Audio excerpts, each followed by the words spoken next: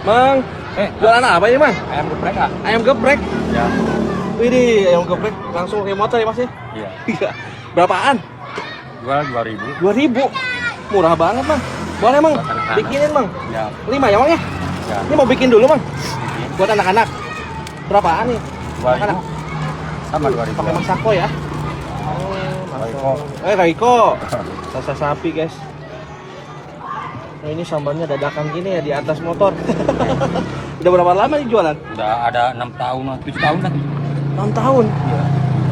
Sebelum Covid. Belum Covid. Belum Covid banget. Udah lama belum Covid. Wah, asli ini geprek ya. Jualan dari awal kayak gini. Iya, ada. Bawa berapa stoknya, Mang? Bawa kalau sehari Terus 50 biji. Iya. Ini masih bikin buat anak-anak? Enggak. Oh, 5 ya, Mang? 5. Pedas. Pedes, Mang. Ya. Bikinnya satu-satu atau langsung 5, Mang? Enggak, 2-2. Langsung 2-2. Ini cabai apa, Mang? Cabai acung. Acung.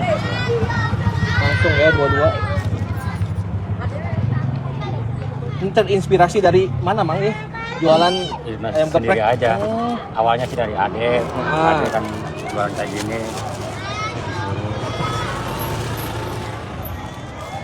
Oke. Lanjut.